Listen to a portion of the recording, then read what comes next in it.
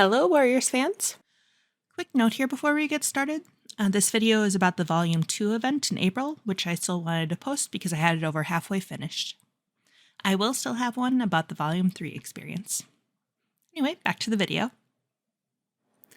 Last year, they held the first in-person Warriors fan meetups at participating Barnes & Noble stores to celebrate the release of the Prophecies Begin graphic novel, Volume 1.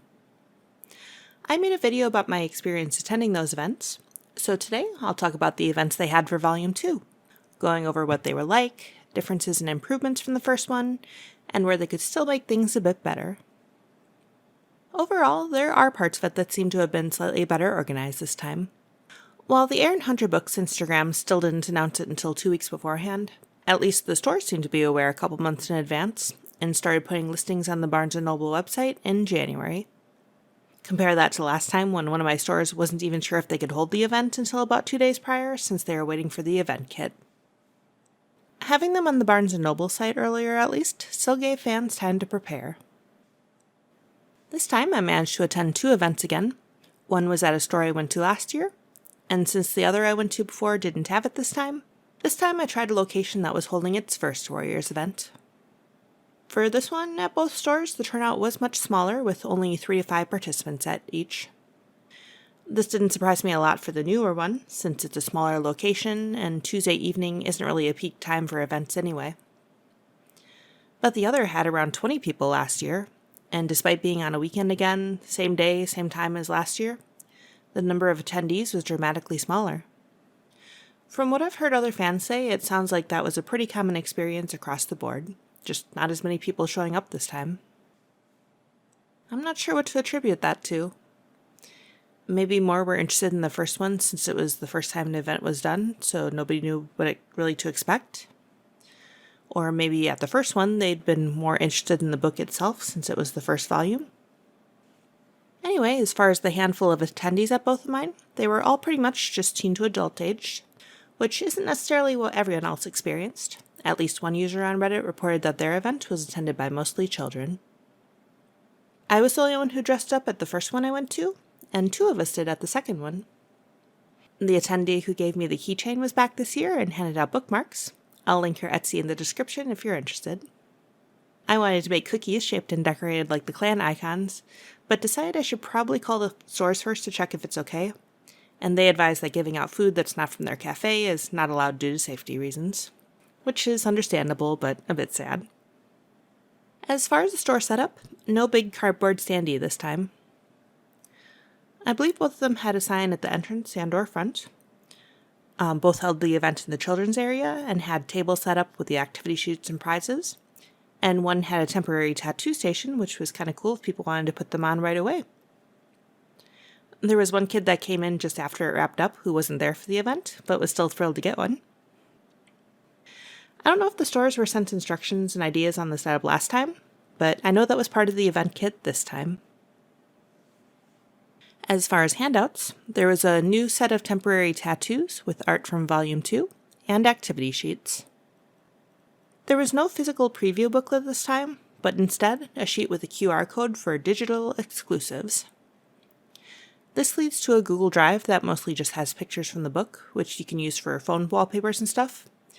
But it also has a sample of graphic novel Volume 3. So I guess they decided to do it digitally this time instead of a physical handout. Let's take a closer look at the activity sheets that were available. There was only 1 sheet last year, so it was cool that this time there were more. One of them here is a warrior name generator. Apparently Dawnwing isn't a possibility in this one, but the one I got still ended with wing, so I guess that's close enough. There's one sheet to create a Warriors Mad Lib, which is where you choose a handful of words it asks for without reading the story, so that when you put them in, the story ends up being something silly. I posted a video here where I went through and filled it out.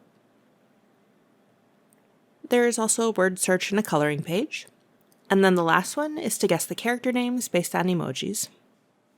I think the only one that stumped me here was the last one. All I can think of is stuff like cloud graph or fog chart, which are decidedly not Warriors characters. I'm not aware of there being an answer key for that sheet though, so if you figure that one out, please let me know. The only real activity we did at the events was trivia. And this part was definitely improved over last time. They seem to have given the stores clearer instructions on how to handle it, including splitting attendees into teams if there's a lot of participants. And the questions were absolutely better written, without the ambiguity and errors of last year's. The first 3 were sort of more deep cuts and came from Yellowfang's Secret and Dawn of the Clans, while the rest were from the first arc and were of varying difficulty. One store I went to decided to give us pens for participating. Not warriors, just cute generic kitty ones. And lastly, the prizes. While many event listings advertised that there'd be a raffle for a tote bag filled with $50 to $75 worth of merchandise, that didn't really end up being the case, at least for the ones that I went to. So I don't know if that's something that was set by individual stores or just numbers that they were told by HarperCollins. Both stores I went to had 1 box of the Prophecies Begin minis, 1 tote bag, which was the same one from the previous event, sticker sheets of the clan icons, and cardboard masks for Fireheart and Yellowfang, though one of my stores only had the Fireheart one. I've heard that other locations added generic cat merch or included a Barnes & Noble gift card. One of my stores just sort of divvied up the items between the attendees since there were only 3 of us and we each wanted different things from it, but they had originally been considering using them as trivia prizes. So speaking of the raffle, the idea was that the winner from each store would be entered into a nationwide one, and the winner of the nationwide one would win the grand prize of having the graphic novel artists Sarah and Natalie draw their warriors OC. Which is cool in theory, but if they intended it to only be the winners of the store raffles, the way they executed it had a major issue. Entries were not actually limited to that. I would have expected the store to submit the info to HarperCollins, but instead winners were given a sheet with a QR code to enter. I confirmed between the 2 stores that this just leads to a generic page, not a link that's specific per store. All it would take is for just one person, whether a winner who got the sheet or someone who found the QR code out in the open, to share it online, and then theoretically anyone in the US would be able to enter. Also, a few funny side notes about that. The page's official rules here doesn't actually link to the official rules for this drawing. It links to the rules for a different giveaway from 4 years ago, where if you pre-ordered some other book, it'd give you a digital recipe booklet. I was very confused when I first clicked on it. Also, apparently the raffle winner sheet was double-sided, with the back of it being entry slips. One of my stores didn't realize this and just cut apart the slips instead of copying the page. And they weren't aware of the nationwide grand prize raffle until I told them.